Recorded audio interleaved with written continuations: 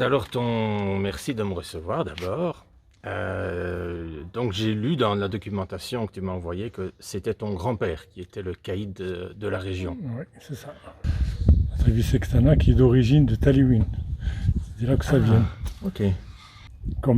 Apparemment, il y avait, je crois, le roi qui faisait la chasse à la région de Taliwin.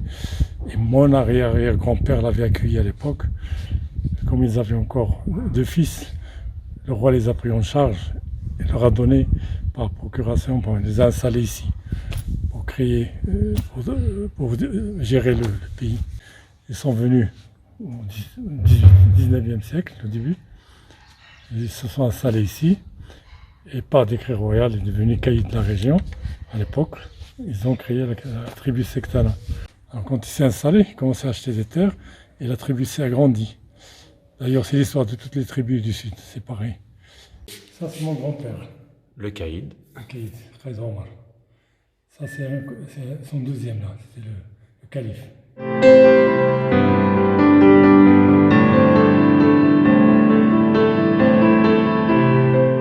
Pendant 1920, Riyad est salarié. C'est une dame qui est arrivée à pénétrer dans le Riyad. Elle est arrivée à rentrer dans le harem du caïd, à la maison, chez les femmes.